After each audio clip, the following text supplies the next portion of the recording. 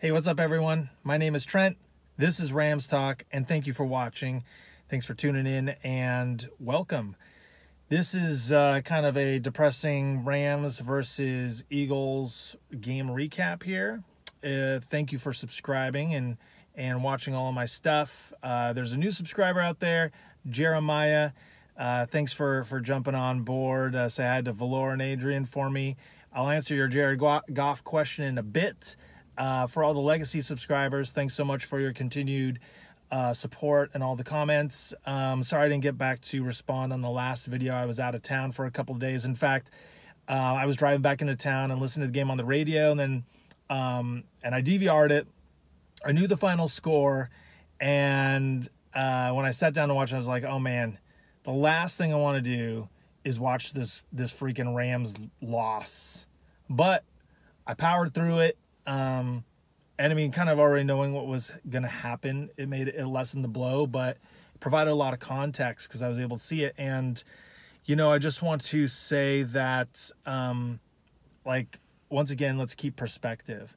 But the thing that really sticks out to me with all of this is that a lot of times you can break down the film and you could go, well, this guy's not working, this guy's not doing that. But collectively as a team, they haven't been the same since the Kansas City game. And I know that there's a lot of, a lot of win that gets taken out of sales. So just think of the Dodgers against the Astros. Any LA fans out there, they were never the same after that Astros World Series loss. It took them a while to get back on the horse. And I think that Rams-Kansas City game was kind of like a Super Bowl to them. And even though they won it, it was coming off the heels of the shooting, off of the fires. They've been displaced, not around their families. Monday night game, biggest game of their lives. And they won it in such crazy fashion. And then they had a bye week. And I feel like they just flattened. They reached the mountaintop and they were they're having trouble finding that mojo of where they were at with the Kansas City game. And they need to find it. But I really feel like you can point out all of these things, all these on-the-field things. What's wrong with Goff? What's wrong with the offensive line? What's wrong with this or what's wrong with that? I think there are psychological and mental things that you cannot quantify on a football field. And I really do feel like it makes pretty much a strong sense that here's the cut. Everything was rocking and rolling up until that week. And then after that, it kind of been downhill. So I just think that's something to think about. Now, also think about this. The Rams are in the playoffs, okay? We're in the playoffs. We won the division. We're in. There are teams out there like the Dallas Cowboys who just got blanked by the Colts. Now, if you're a Dallas Cowboys fan, you're gripping way harder than a Rams fan. Because, first of all, you're a Cowboys fan. You're a little myopic there. But also, you're not guaranteed a playoff spot. You're a game up on Philly and the Redskins. So, them getting blanked by Indy is a way bigger deal than the Rams losing on a last-second not scoring a touchdown play against the Eagles, who are still a good team, even though they're banged up. Or you could be the Seahawks, also not guaranteed a playoff spot, losing to the 49ers. Now, I actually, how much I hate the 49ers. Don't really like the Seahawks either. But I think that's the best thing that could happen there because the 49ers, they're not going anywhere and they're ruining their draft stock. And they're also taking the Seattle out and kind of tweaking the Seahawks at the same time. So if I'm a Seahawks fan or a Cowboys fan, I'm way more pissed. If the Rams lose to the 49ers with all their starters and everything, that's when I would say, okay, Rams fans, we can freak out. That's what the Seahawks fans are doing right now. We're freaking out because we're 11-3. We lost to the Eagles at home. Okay, I will say the Rams should have won this game 100%. But perspective, hey, New England lost. New England's 9-5. How do you think Patriot fans are taking that? So, I mean, just perspective all the way around. Let's just view these final two games against the Cards and the 49ers as tune-up games. I'm not taking them for granted, but I feel a lot better going against Josh Rosen and Nick Mullins than I do against Foles and Trubisky and the Bears defense. So, we got 2 games to sort this out and tweak it. So when I look at the Rams offense and I think what's going on with Jared Goff, I really feel like it's three things. Number one, he doesn't have Cooper Kupp. And I didn't really want to bring this up before when Cooper Kupp went out because I didn't want to say, well, the Rams are not playing well because of one guy. Well, Cooper Kupp isn't just a guy. If he was healthy, he'd be a 1,000-yard receiver this year. So you take that off of any team, and that's a huge blow. And the Rams were built to function a certain way, and taking him out messes that up. He was also, the Rams' third down percentage has plummeted since he's gone out because Cooper Kupp is Jared Goff's safety blanket. While Cooper Kupp in 10 games with Cooper Kupp, or through week 10 with Cooper Kupp, the Rams' third down percentage was 45.3, and since Kupp's been out, it's down to 32.6. And the Rams are 4 out of 12 on third down conversions against the Eagles. So that's telling right there. Goff just doesn't have his guy. Josh Reynolds is doing a good job. He had a good game recently, or just against Philly, but it's not Cooper Kupp. There's some connection there, and that's gone, and that's really affecting Goff. The other thing affecting Goff is the offensive line with John Sullivan. Sullivan is just getting steamrolled. He got steamrolled by Goldman in the Bears game, which led to that safety, and he got steamrolled by Cox. There was a 3rd down and 11 in the red zone in the second quarter, and Cox did a move on Sullivan and ran right past them and sacked Goff, and they had to settle for a field goal, which also is kind of like the red zone woes for the Rams, but which is another deal. But there was another play where Cox just ran Sullivan over, and that happened against the Bears. It happened against the Lions. I mean, Sullivan is really falling off right in front of our eyes, and it sucks. I don't know what's going on with him, but I feel like, I watched the plays where Sullivan was getting beat, and Todd Gurley wasn't helping. And you flip it, and you know what other teams are doing to neutralize Aaron Donald? Is they're allocating at least 2 people to him. They're saying we're allocating resources to stopping this guy. And it was clear that the Eagles were like, oh, Fletcher Cox against John Sullivan, rock and roll. And the Rams didn't address it. Sean McVay or whoever, Cromer, you have to realize what's happening, and you have to put Gurley in there, or you have to swing over Blythe, and you gotta make sure that Fletcher Cox is neutralized, because Sullivan is getting worked. Sullivan is to the offensive line what Mark Barron is to the linebackers. So when you have Fletcher Cox in your face all the time, and then also Goff is just staring down his receivers, and he's getting a little antsy because he's got defensive tackles in his face all day. So I really feel like they need to game plan with helping Sullivan out, and they really need to have Goff feel more comfortable on third downs and figuring out some action on that. Goff, speaking of Goff, he had his second worst QBR rating of the season. First was against the Bears with like 6, and then 6 QBR. Then it was 25, and this game was 28 against Denver. And he threw for 339 yards. And I'll tell you this, in the first half, he looked all right. Like, he was completing passes. He didn't look erratic. What he was missing was just barely. He threw an interception, which was kind of just was luckily landed in the cornerback's arms. It wasn't like the cornerback made a play, it just like bounced in there. But in the second half, I feel is like when Goff really struggled a lot. And things would be a lot different if that pass he threw to Josh Reynolds was a touchdown instead of being down at the 1. That changes everything.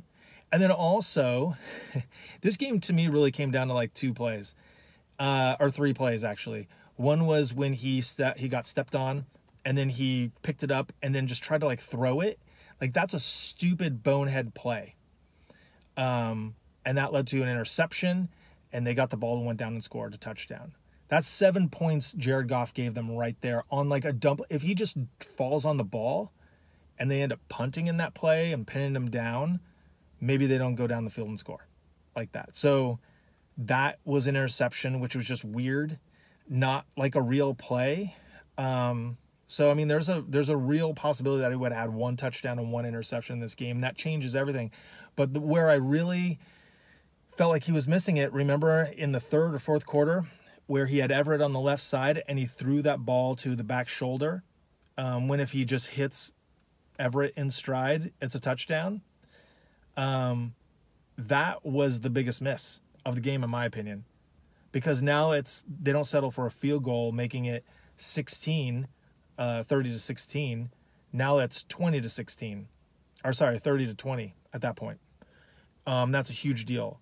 And then they got a penalty, and then they're out of range in the red zone, another red zone fail again, and then they had to kick a field goal. And so that, and even in that play again, he I think he missed overthrew Reynolds and Everett, and he was just like, he wasn't giving his receivers chances to make plays. And it's that simple. You got to put the ball there and have him make plays.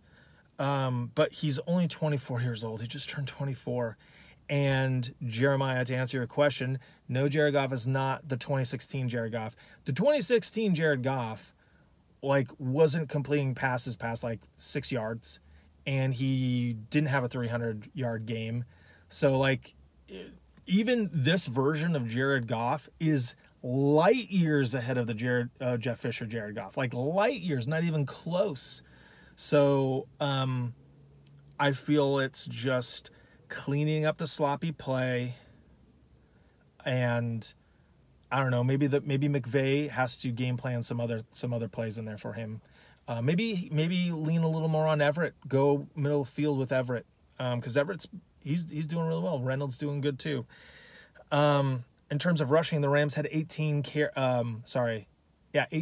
as a team, and I want to say 12 by Todd Gurley. Only 12 carries by Todd Gurley for 48 yards. I mean, good yard per carry average of 4. He had 2 touchdowns, but I know they fell behind and they had to run the ball. I know he was on the sideline injured. They didn't have depth with Justin Davis out, Malcolm Brown out.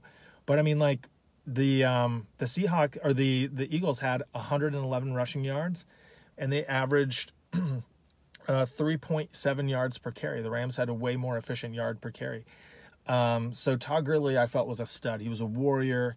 He came in, he was injured. He had over 100 all-purpose yards with 10 receptions, I want to say. So, like, Todd Gurley really was the man, even though he wasn't running the ball a lot. But this is another game where they didn't run, and I'm just like, this whole, well, the defense dictates what we do. No, you gotta set the tone sometimes, and you gotta just go for it. And if Gurley's injured, I get that, but you know, it just has to be different. Flipping over to the other side, you know, when I think of Nick Foles, I think of him just bombing it to Alshon Jeffrey. That's what he did in the Super Bowl. That's his deal. He's not a Zach Ertz guy. Wentz is an Ertz guy. He's not a Golden Tate guy. He's a throw it to the tall receiver guy.